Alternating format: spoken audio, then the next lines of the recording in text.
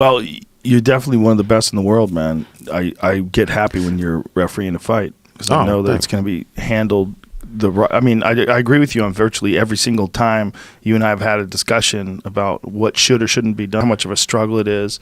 Right. Especially clinch work. Exactly. When guys get a guy up against the cage, they're working for something. They might stall each other out, but eventually someone might break down. Right. I mean, and this is how a guy like Nurmagomedov wins fights against elite guys. This is how Randy Couture won a lot of fights.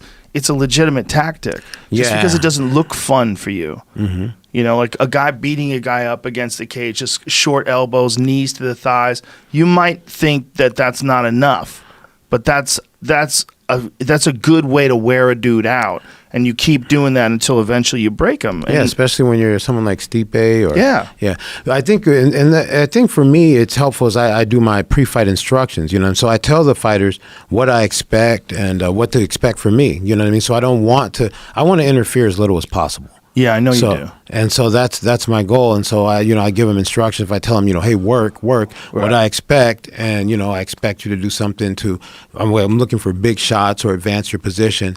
And then they'll ask me like, well, how long will you leave something stale? I go, well, what is stale? If both guys are relaxed, that's stale. But like you're talking about, even up against the fence in a clinch, especially, that's where a lot of things are really getting decided. Yes. And so we have to really see that play out.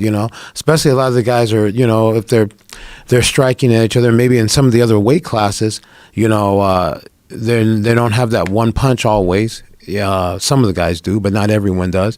And that's where things are going to get cited in that clinch. And if there's a tension there, we need to see where that's going to go and let it, work itself out. I'm so glad you said that. That's the perfect way to say it. And that's absolutely, I 100% agree. And there's moments where it changes the course of the fight where it's really unfortunate. You didn't referee Kamaru Usman and Damian Maia, did you? I don't think so. No. Whoever did that one, we don't even have to pull it up, but there was a moment in the first round when Damian Maia got a hold of Kamaru and was trying to take his back, standing. And he had like one hook in and a clinch, and he was hanging on to him, and the referee decided not enough was taking place. They separated him. I'm like, oh, you can't do that. It's so hard to get a hold of. Well, Usman. I hope it wasn't me who did that. God damn. Damian Maia about to get your back. Whoa. And say, no, that's not going anywhere. Matt Serra went crazy. He has that that podcast he does with Jim Norton. And he's like, you just don't do that to the guy.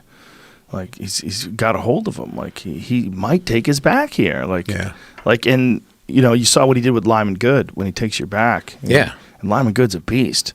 But when Damian Maia gets a hold, especially early in the round, he's fresh and he's got his back already. And he has a lot of interesting takedowns from there too. While he's like, he goes back and forth with halfway taking your back, and then when you're defending the takedown, he starts taking your back, and then when you go back, then he's back working on So no, he works at a real interesting pace there, Well, it's stunning to watch him go through guys. Like when he went through Rick Story, I was like, Jesus Christ! Like Rick Story's a powerful wrestler. Yeah. And when he takes his back and he gets him in that neck crank, and you see the blood squirting out of his nose, you're like, whoa. Yeah. Like this is a heavy fucking squeeze this guy has. And then he did it to Carlos Condit. Who else has he done to? He's done it to a lot of guys. He gets a hold of you. He just squeezes the life out of you. And when he gets on top, he seems so heavy. Neil Magny, when he ran through Neil Magny, I was like, Jesus Christ.